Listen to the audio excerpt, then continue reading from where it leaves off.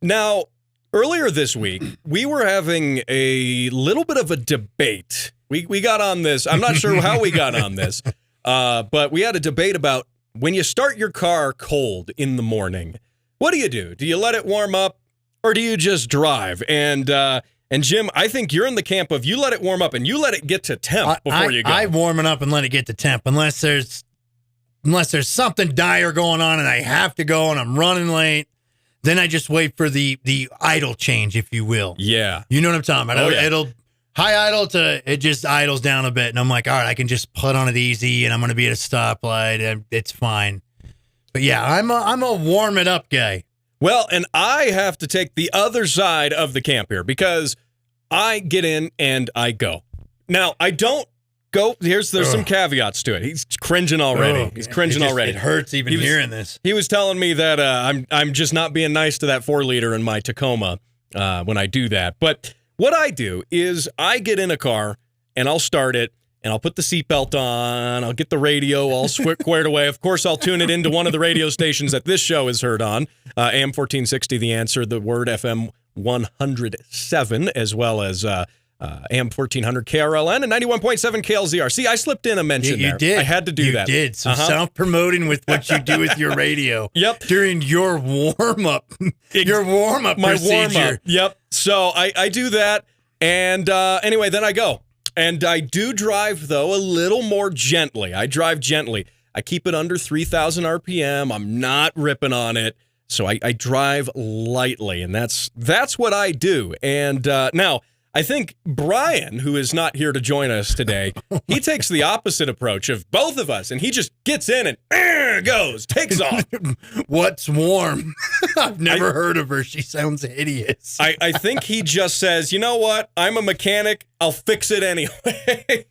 And I take the stance of, well, I don't want to fix it in the first place. But he's argued in the past that it really doesn't matter, especially on modern cars with fuel injection and things like that.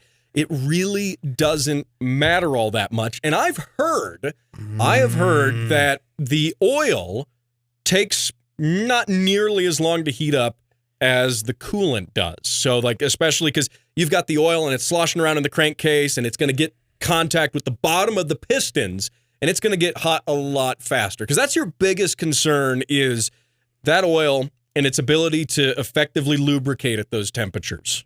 Well, I don't know. I just want to play it safe and have less money spent on repairs. And if it takes me a few more minutes, I think it's worth taking a few more minutes just in case. But I also come from the era of old carbureted crap and non-synthetic oils and a lot sloppier clearances on even builds and stuff. So yeah. Well, that's a whole debate in its own is the oil debate. Just the oil debate because newer oils are better than older oils, that's for sure. The synthetics and all this and that. And right. All the chemicals and the dyes and the lubricating technologies of things that are well beyond me that are beep, bop, boop, nerd stuff that I don't even comprehend. And you're like, So I'm from the older era. I'll warm it up. I'll do it. And what started this argument a bit is puffing. Puffing. Yes, puffing. It's not a drug thing. No. And you know what's funny is I was actually looking this up right before the show. I looked up Colorado Springs puffing ordinance, and I got all sorts of things about medicinal drugs, ones that are typically smoked by the people who do them. Puffing, not to be confused with huffing. Do not huff, and puffing is illegal. I suppose I should have looked up Colorado Springs car idle laws. Let's see. Yeah, well, it's mainly they don't want you warming your car up unattended when it's cold and all this and that and getting the inside warmed up and getting the engine warmed up. They don't want you doing that. And if I remember correctly, what they do is they start complaining about like, oh, well, somebody will steal your stuff. I'm like, what?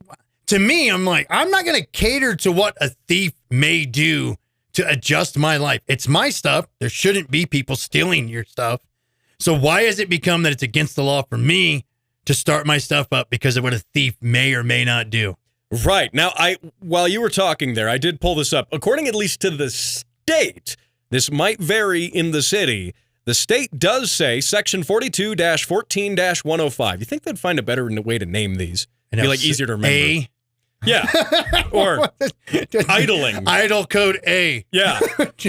But it goes here, quote, the owner or operator of a covered vehicle shall not cause or permit the vehicle to idle for more than 5 minutes within any 60-minute period, except as authorized by subsection 2 of this section, which subsection 2 says military or law enforcement, so they can do it. Those cop cars have so many idle hours on them. It's unbelievable. If you've ever... For every 1 mile, it's probably got 100 idle hours. Yeah, easily. If you've ever looked at buying a used police car, they seem like great deals. Sometimes they can be, but just know, it's only got 80,000 miles and 800 million idle hours. They should have a counter for hours on it, like heavy equipment.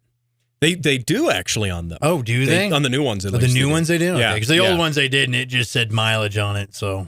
And you just sort of figure it out. And you just check that oil, and it's like, oh, man. Is that really oil still? It doesn't smell good. Yeah, but I think with this, if it's an exceptionally cold morning, and by exceptionally cold, I mean below zero. And for the folks on the podcast, I know there's people who in Europe listen to this on the podcast. I know there are. And below zero, I do mean in Fahrenheit, the superior form of measurement. So just throwing that out there. That's very American of you. Red, white, and blue, sir. Look, it makes the most amount of sense when you think about it. 32 degrees is freezing. 100 degrees is hot. 0 is really cold. I mean, what part of that makes... come on. There's no simpler way to do it. You cannot change my mind that there's a simpler way to do it. And don't get me started on metric either. I mean, we use freedom units around here. So... Well, there's a historical lesson in that too, but I'll save that for another day for you.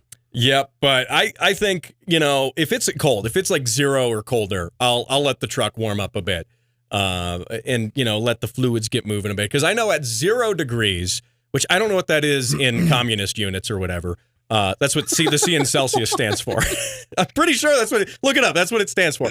I'm not sure what that is in there. C stands for communist. Yep. In temperature. Exactly what it is. But that oil, if you've ever watched someone test, like there's these oil tests online and they're fun to watch.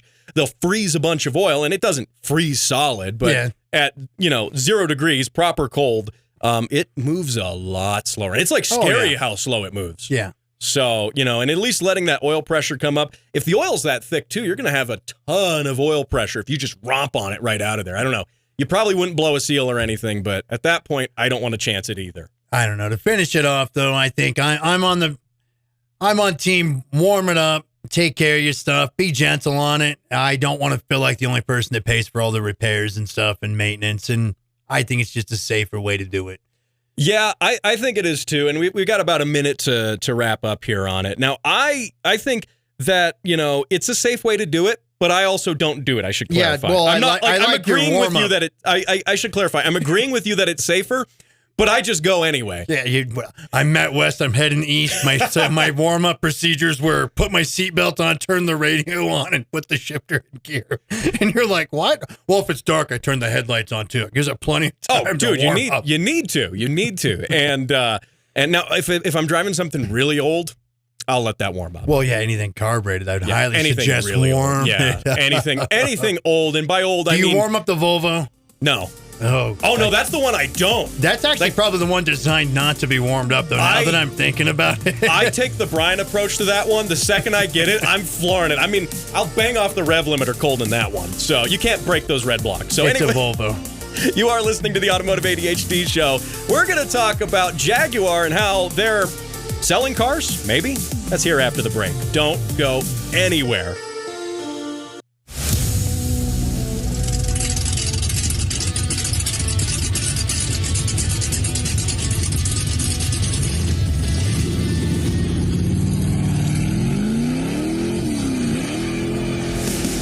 Gotta love that.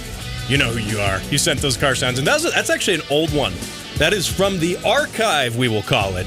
And I dug it out just because I liked it that much. It was an excellent car sound. So remember, you can send your car sounds into my show, facebook.com/automotive ADHD. And I'm thinking, real quick, Jim, what do you think of this? I'm thinking of, in addition to the stickers and the keychain, I'm thinking of sending in just something random and fun now. Okay. With there.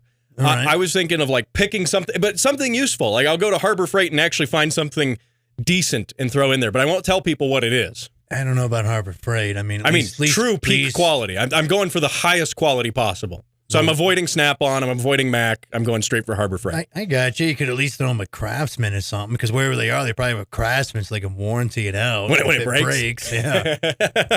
I don't know. Let me know what you think. Facebook.com/Automotive ADHD. And in our last segment, I forgot to invite you, the listener, to participate and let us know what you do. Do you warm it up? Do you do what Jim does? Let the car come all the way up to temp? Or do you do what I do, which is kind of in the middle? Or are you just a savage like Obi-Wan Kenobi, like Brian? Just an animal. He's just an animal. Car go. That's it. Skinny pedal. Push it. Car. On. Go. Let us know what you think. You can also let me know on YouTube as well on the comments. Unga bunga me drive. Which is a great opportunity for me to remind you that you can check out this show. Of course, you might be listening to it here on the radio, but you might be watching it on YouTube as well and Spotify. Spotify's got that cool video thing now. Oh, yes. We are on video with Spotify. So I still want to do a survey, though, on seeing between the warm-up and not warm-up. I think just see who is it and just count it and be like, how many? Yeah. I think we need to know, and so let me know your thoughts on YouTube or Facebook